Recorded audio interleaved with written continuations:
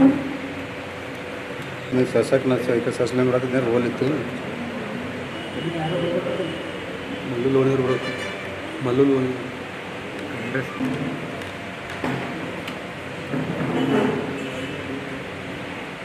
ರಾಜ್ಯ ಅಧ್ಯಕ್ಷರಾದ ಶ್ರೀಯುತ ಮಲ್ಲಿಕಾರ್ಜುನ ಲೋಣಿ ಅವರು ಇದ್ದಾರೆ, ಅವ್ರನ್ನೂ ಸ್ವಾಗತ ಬಯಸ್ತಾ ಇದ್ದೀನಿ.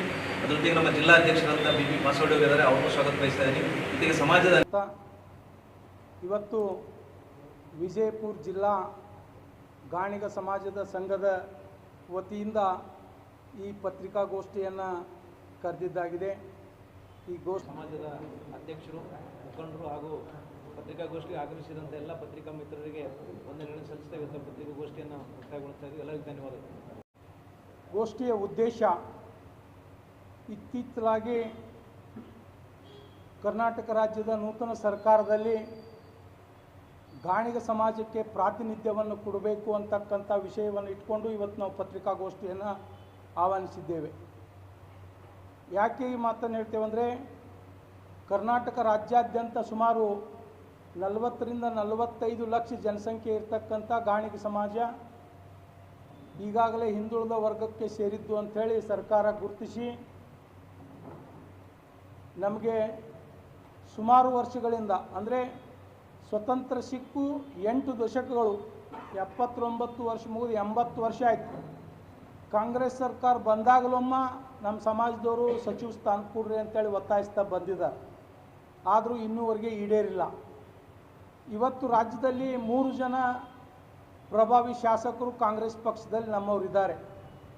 ಅಥಣಿಯಿಂದ ಶ್ರೀಯುತ ಲಕ್ಷ್ಮಣ್ ಸವದಿ ಅವರಿದ್ದಾರೆ, ಭದ್ರಾವತಿಯಿಂದ ಶ್ರೀಯುತ BK ಸಂಗಮೇಶ್ ಅವರಿದ್ದಾರೆ, ಚಿತ್ರದುರ್ಗದಿಂದ ವೀರೇಂದ್ರ ಪಪ್ಪಿ ಅವರಿದ್ದಾರೆ. ಈ 3 ಜನ ಶಾಸಕರಲ್ಲಿ ಕನಿಷ್ಠ ಇಬ್ಬರನ್ನಾದರೂ ನೀವು ಸಚಿವರನ್ನಾಗಿ ಮಾಡಿರಿ ಅಂಥೇಳಿ ಆಶಾ ಭಾವನೆಯಿಂದ ನಾವು ಮಾನ್ಯ ಮುಖ್ಯಮಂತ್ರಿಗಳಲ್ಲಿ, ಮಾಜಿ ಮುಖ್ಯಮಂತ್ರಿಗಳಂಥ ಸನ್ಮಾನ್ಯ ಶ್ರೀ ಸಿದ್ದರಾಮಯ್ಯನವರಲ್ಲಿ ಮತ್ತು ಇವತ್ತಿನ ನೂತನ ಕಾಂಗ್ರೆಸ್ ಪಕ್ಷದ ರಾಜ್ಯಾಧ್ಯಕ್ಷರಾದಂಥ ಶ್ರೀಯುತ BK ಹರಿಪ್ರಸಾದ್ರವರಲ್ಲಿ ಮನವಿ ಮಾಡ್ಕೊಳ್ತಾ ಇದ್ದೇವೆ.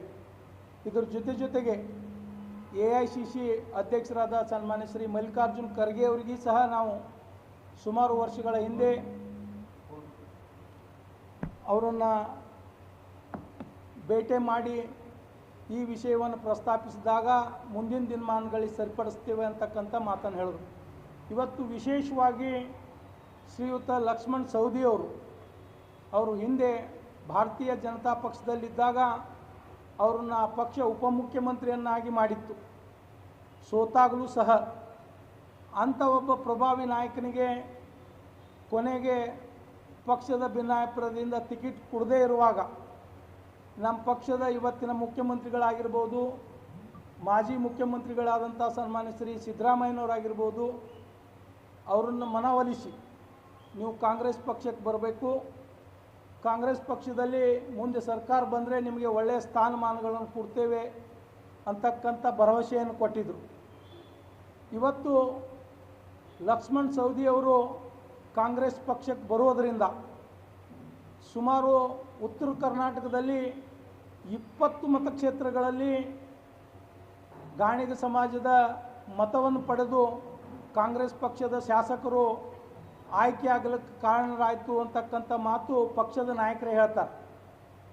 ಈ ಸಂದರ್ಭದಲ್ಲಿ ಅವರಿಗೆ ಸಚಿವ ಸ್ಥಾನವನ್ನು ಕೊಡ್ತಾರೆ ಅಂತಕ್ಕಂಥ ಭರವಸೆಯಿಂದ ನಾವೆಲ್ಲರೂ ಸಮಾಜದವರು ಆಶಾಭಾವನೆಯಿಂದ ನೋಡ್ತಾ ಇದ್ವಿ. ಮೊನ್ನೆ ನಡೆದಂಥ ವಿಸ್ತರಣೆಯಲ್ಲಿ ಅವರಿಗೆ ಸಿನಾರಿಟಿ ಅವರ ಒಂದು ಹಿರಿತನವನ್ನು ನೋಡಿ ಅವ್ರಿಗೆ ಕೊಡಬೇಕಾಗಿತ್ತು, ಅದು ಉಳಿತು. ಇವತ್ತು ಇಡೀ ರಾಜ್ಯಾದ್ಯಂತ ಗಾಣಿಗ ಸಮಾಜದವರು ಕಾಂಗ್ರೆಸ್ ಪಕ್ಷ ನಿಜವಾಗಿ ಜಾತ್ಯತೀತ ಮನೋಭಾವದಿಂದ ಕೂಡಿದಂಥ ಪಕ್ಷ ಐತಿ, ಎಲ್ಲ ಸಮಾಜದವರಿಗೆ ಒಂದು ನ್ಯಾಯವನ್ನು ಒದಗಿಸಿಕೊಡ್ತಕ್ಕಂಥ ಒಂದು ಪಕ್ಷ ಐತಿ. ಆ ಪಕ್ಷದಲ್ಲಿ ಗಾಣಿಗರಿಗೆ 80 ವರ್ಷಗಳಿಂದ 8 ದಶಕಗಳಿಂದ ಒಂದು ರಾಜ್ಯದಲ್ಲಿ ಒಂದು ಸಚಿವ ಸ್ಥಾನ ಸಿಕ್ಕಿಲ್ಲ ಅಂದರೆ ಇದು ನಿಜವಾಗಿ ಅನ್ಯಾಯ. ಇದನ್ನು ನಾವೆಲ್ಲರೂ ಹಕ್ಕೊತ್ತಾಯ ಮಾಡ್ತಕ್ಕಂಥ ಈ ಒಂದು ಕಾರ್ಯಕ್ರಮ ರಾಜ್ಯಾದ್ಯಂತ ಮಾಡ್ತಾ ಇದ್ದೇವೆ. ದಯಮಾಡಿ ತಾವು ಸಹ ತಮ್ಮ ಪತ್ರಿಕೆ ಮಾಧ್ಯಮಗಳ ಮುಖಾಂತರ ಈ ವಿಷಯವನ್ನು ಸಾರ್ವಜನಿಕವಾಗಿ ಬಿತ್ತರಿಸಬೇಕು ಅಂತೇಳಿ ಕೇಳ್ಕೊಳ್ತಾ ಇದ್ದೀನಿ. ಮುಂದಿನ ವಿಷಯವನ್ನು ಶ್ರೀಯುತ ಪಾಸೋಡಿ ಅವರು ಮಾತಾಡ್ತಾರೆ. ಅದೇ ನಮ್ಮದು ಕೇಳುವ ಕರ್ತವ್ಯ ಕೇಳ್ತೇವ್ರಿ. ಕೊಡದೇ ಇದ್ದಾಗ ನಾವು ರಾಜ್ಯಾದ್ಯಂತ ನಮ್ಮ ಸಮಾಜದ ಮುಖಂಡರನ್ನು ಸಭೆ ಕರೆದು ಒಂದು ನಿರ್ಣಯಕ್ಕೆ ಬರ್ತೇವೆ. ಈ ಸಲ ಸುಮ್ಮನೆ ದಿನ ತನಕ ಕುತ್ತಂಗೆ ಕೊಡೋದಿಲ್ಲ. ಈ ಸಲ ಕಾಂಗ್ರೆಸ್ ಪಕ್ಷದಲ್ಲಿ ನಮ್ಮವ್ರಿಗೆ ಸಚಿವ ಸ್ಥಾನ ಕೊಡದೇ ಇದ್ದಾಗ ನಾವು ರಾಜ್ಯಾದ್ಯಂತ ನಮ್ಮ ಸಂಘಟನೆ ಆಗಿದೆ. ನಾವೇನು ಬಾಯಿಲೆ ಹೇಳ್ತಾ ಇದ್ದೇವಲ್ಲ 40ರಿಂದ 45 ಲಕ್ಷ ಅಂತೇಳಿ, ಇದು ಕೇವಲ ಬಾಯಿಲೆ ಹೇಳಿಲ್ಲ, ನಾವು ಗಣತಿ ಮಾಡ್ತಾ ಇದ್ದೀವಿ ಇಡೀ ರಾಜ್ಯದ ತುಂಬ. ನಾನು ರಾಜ್ಯಾಧ್ಯಕ್ಷನಾದ ಮೇಲೆ ಕೊಡಗು ಜಿಲ್ಲೆಯನ್ನು ಹೊರತುಪಡಿಸಿ ಇಡೀ ರಾಜ್ಯ ಸುತ್ತಿದ್ದೀನಿ. ಎಲ್ಲ ಕಡೆ ನಮ್ಮ ಸಮಾಜ ಗಾಣಿಗರಿದ್ದೆವು. ಆದರೆ ಎಲ್ಲ ಒಳಪಂಗಡಗಳು ಬೇರೆ ಇದ್ದವು. ಗಾಣಿಗರಲ್ಲೇ ಸುಮಾರು ಕರ್ನಾಟಕದಲ್ಲಿ 13ರಿಂದ 14 ಒಳಪಂಗಡಗಳದಾವು. ನಾವಿಲ್ಲಿ ಉತ್ತರ ಕರ್ನಾಟಕದೊಳಗೆ ಕರಿಕುಲು ಗಾಣಿಗರು, ಸಜ್ಜನ ಗಾಣಿಗರು, ಕಲಶೆಟ್ಟಿ ಗಾಣಿಗರು, ಪಂಚಮ ಗಾಣಿಗರು ಅಂತ ಕರಿತೇವೆ. ನಾವು ಮೈಸೂರು ಭಾಗದಾಗ ಹೋದ್ರೆ ಜ್ಯೋತಿಪಣ ಗಾಣಿಗ, ಶಿವಜ್ಯೋತಿಪಣ ಗಾಣಿಗ ಅಂತ ಕರೀತಾರೆ. ಕಾರವಾರ ಭಾಗದಾಗ ಹೋದ್ರೆ ಶೆಟ್ಟಿ ಗಾಣಿಗ, ದೇವಗಾಣಿಗ ಅಂತ ಕರೀತಾರೆ. ಹಿಂಗೆ ಅನೇಕ ಕಡೆ ನಮ್ಮೆಲ್ಲರ ವೃತ್ತಿ ಏನಪ್ಪ ಅಂದ್ರೆ ಮೂಲತಃ ಗಾಣಿಗರ ವೃತ್ತಿ. ಎಲ್ಲ ಜಾತಿ ಬಂದಿದ್ದು ಅವ್ರವ್ರ ವೃತ್ತಿ ಮೇಲೆ. ನಾವು ಈ ದೇಶಕ್ಕೆ ವಿದ್ಯುತ್ ಬರೋದಕ್ಕಿಂತ ಮುಂಚೆ, ಕೆರೋಸಿನ್ ಬರೋದಕ್ಕೆ ಮುಂಚೆ ಎಲ್ಲರ ಮನ್ಯಾಗ ದೀಪ ಬೆಳಗಬೇಕಾಗಿತ್ತಂದ್ರೆ ಗಾಣಿಗರು ತೆಗೆದಂಥ ಎಣ್ಣೆನ ತೊಗೊಂಡು ಹೋಗಿ ದೀಪ ಹಚ್ತಿದ್ರು. ಇವತ್ತು ನಮ್ಮ ಮಕ್ಕಳಿಗೆ ಕಷ್ಟದಾಗಿದ್ದಾರೆ. ನಮ್ಮ ಮಕ್ಕಳಿಗೆ ಶೈಕ್ಷಣಿಕವಾಗಿ ಅವರೆಲ್ಲರಿಗೆ ಒಂದು ವಿದ್ಯಾಭ್ಯಾಸ ಕೊಡ್ಲಿಕ್ಕೆ ಬಹಳಷ್ಟು ಆರ್ಥಿಕವಾಗಿ ಹಿಂದುಳಿದಂಥ ಸಮಾಜ ಬಾಂಧವರು ಗ್ರಾಮೀಣ ಪ್ರದೇಶದೊಳಗಿದ್ದಾರೆ. ಆ ಸಮಾಜಕ್ಕೆ ಒಂದು ನ್ಯಾಯ ಕೊಡ್ರಿ ಅಂತೇಳಿ ಕೇಳ್ತಾ ಬಂದಿದ್ದೀವಿ. ನಾವು ಸಿದ್ದು ನ್ಯಾಮಗೌಡರು 2015ರಲ್ಲಿ ಶಾಸಕರಾಗಿದ್ದಾಗ ಸನ್ಮಾನ್ಯ ಶ್ರೀ ಸಿದ್ದರಾಮಯ್ಯ ಸಾಹೇಬ್ರನ್ನ ನಾವಾಯಿತು, ಶಿರಡೋಣ ವಕೀಲರು, ಅಡಿಕೇರಿಯವರು ಎಲ್ಲರೂ ಕೂಡಿ ದೆಹಲಿಗೆ ಹೋಗಿ ಒತ್ತಾಯಿಸಿದಾಗ ಅವ್ರು ಹೇಳಿದ್ರು, ನಿಜವಾಗಿ ಸ್ವತಂತ್ರ ಸಿಕ್ಕ ಬಳಕ ನಿಮ್ಮ ಯಾರೂ ಸಚಿವರೇ ಆಗಿಲ್ಲ ಏನಂತೇಳಿ.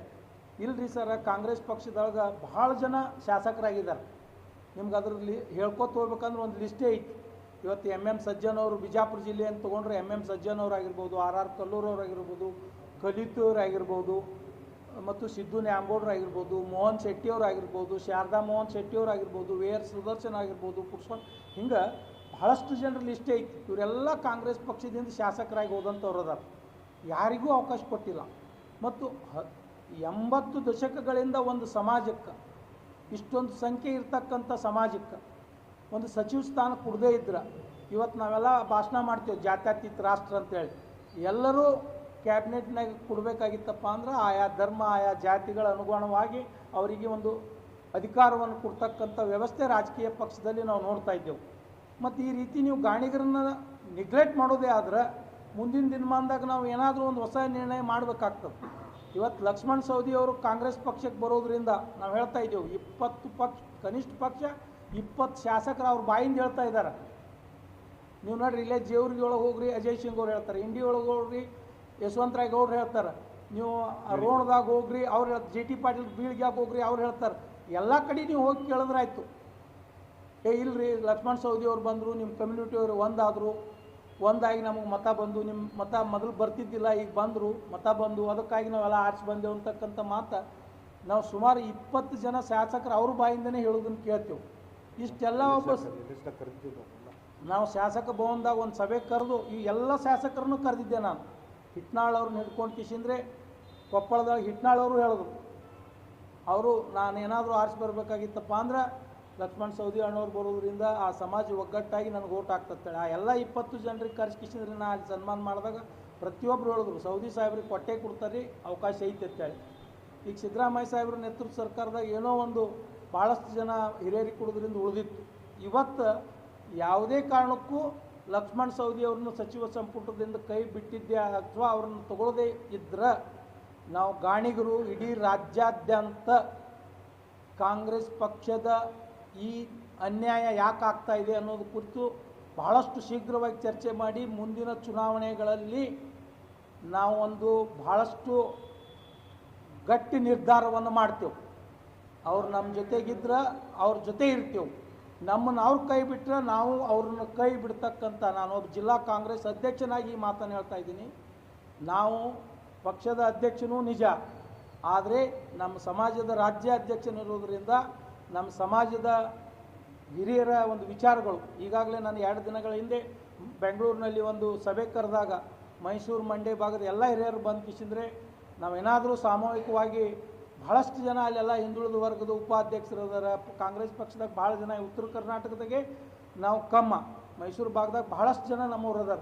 ಇವತ್ತು ವಿ ಆರ್ ಸುದರ್ಶನ್ ಅವರು ಮಾತಾಡಿದ್ದಾರೆ, ಪುರುಸ್ವಾಮಿ ಅವರು ಮಾತಾಡಿದ್ದಾರೆ, ಎಲ್ಲರೂ ಇವತ್ತು ನೋವು ಪಡ್ತಾ ಇದ್ದಾರೆ ಯಾಕೆ ಲಕ್ಷ್ಮಣ ಸವದಿ ಅವ್ರಿಗೆ ಕೊಡಲಿಲ್ಲ ಅಂತೇಳಿ. ಇವತ್ತಿದು ಮುಂದುವರೆದಿದ್ದೇ ಆದ್ರೆ ನಾವೊಂದು ಗಟ್ಟಿ ನಿರ್ಧಾರ ತಗೊಳ್ತೇವೆ.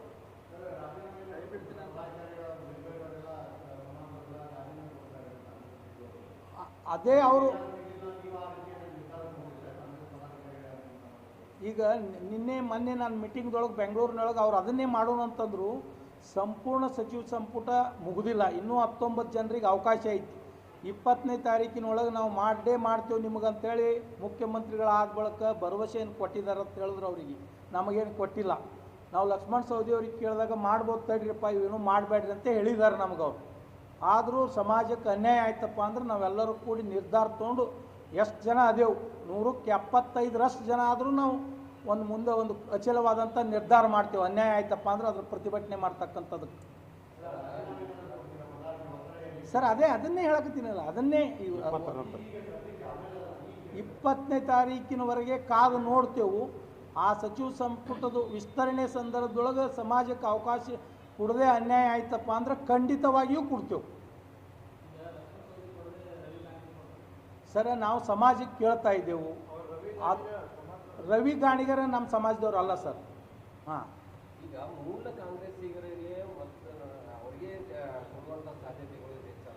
ಸರಿ, ವಲಸಿಗರಿಗೆ ಯಾವ ರೀತಿ ಕೊಡ್ತಾರೆ? ನಮಗೇನು ಭರವಸೆ ಇದೆ ಅಂದ್ರೆ ಸರ, ಲಕ್ಷ್ಮಣ ಸವದಿಯವರು ವಲಸಿಗರಲ್ಲ.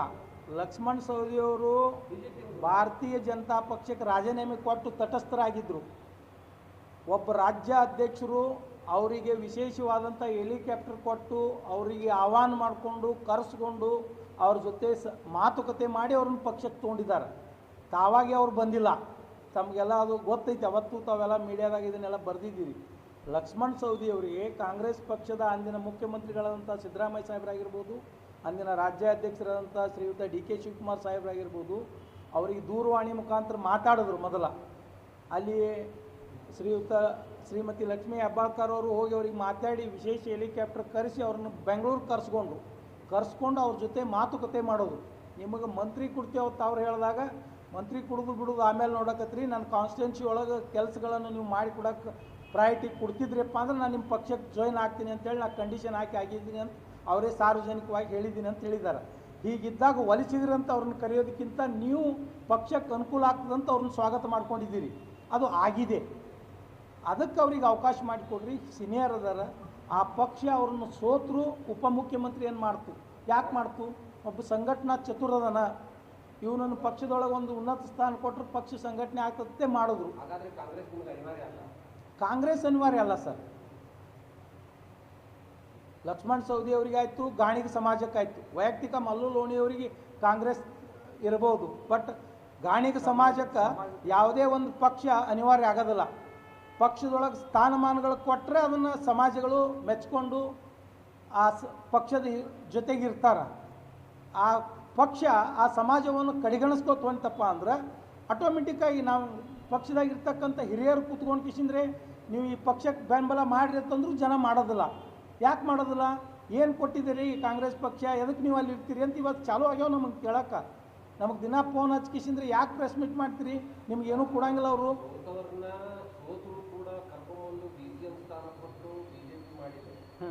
ಬಿ ಜೆ ಪಿ ಅಷ್ಟೆಲ್ಲ ಕೊಟ್ಟಿದೆ. DC 1 ಮಿನಿಟ್ ಸರ್, ಅದನ್ನು ಕ್ಲಿಯರ್ ಮಾಡಿ. ಅವ್ರು ಯಾಕೆ ಬಿಟ್ಟು ಬಂದರು ಸೌದಿಯವರು? ಉಪಮುಖ್ಯಮಂತ್ರಿ ಅಂತ ಸ್ಥಾನ ಕೊಟ್ಟಿದ್ರು. ಒಂದು ಅವರು ಮತಕ್ಷೇತ್ರದೊಳಗೆ ಒಂದು ಬಿ ಫಾರ್ಮ್ ಕೊಡಲಿಲ್ಲ ಅವರಿಗೆ, ಅಷ್ಟೇ ಅನ್ಯಾಯನೂ ಮಾಡ್ತಲ್ಲ. ತತ್ಕ್ಷಣ ಇವತ್ತು ಉಪಮುಖ್ಯಮಂತ್ರಿಯನ್ನು ಮಾಡಿದ್ರಿ, ಮುಂದೆ 6 ತಿಂಗಳದಾಗ ಅದೇ ಕಾನ್ಸ್ಟಿಟ್ಯೂನ್ಸಿ ಒಳಗೆ ಒಬ್ಬ ಪ್ರೆಸೆಂಟ್ ಶಾಸಕರಿಗೆ ನೀವು ಬಿ ಫಾರ್ಮ್ ಕೊಡಲಿಲ್ಲ. ಆ ಅನ್ಯಾಯ ಪ್ರತಿಭಟನೆ ಮಾಡಿಕಿಸಿದ್ರೆ ಇವತ್ತು ನಾವು ನಮ್ಮ ಸಮಾಜ ಕನಿಷ್ಠ ಪಕ್ಷ 50% BJP ಬಿಡಬೇಕು. ಕಾರಣಪ್ಪ ಅಂದ್ರೆ ಲಕ್ಷ್ಮಣ ಸವದಿ ಅವರಿಗೆ ಅನ್ಯಾಯ ಆಯಿತು, ಅವ್ರು ಪಾರ್ಟಿ ಬಿಟ್ಟಿರ್ತೇಳೆ ಬಿಟ್ಟು ಕಿಸಿಂದ್ರೆ ಕಾಂಗ್ರೆಸ್ ಜೊತೆ ನಿಂತು. ಇವತ್ತು ನೀವು ಕಾಂಗ್ರೆಸ್ದಾಗೂ ನೀವು ಅದೇ ರೀತಿ ನಡ್ಕೊಂಡ್ರೆ ಮುಂದೆ ಮತ್ತೊಂದು ದಿವಸ ಮತ್ತೊಂದು ನಿರ್ಣಯ ಮಾಡ್ತದೆ. ಅನಿವಾರ್ಯ ಸರ್.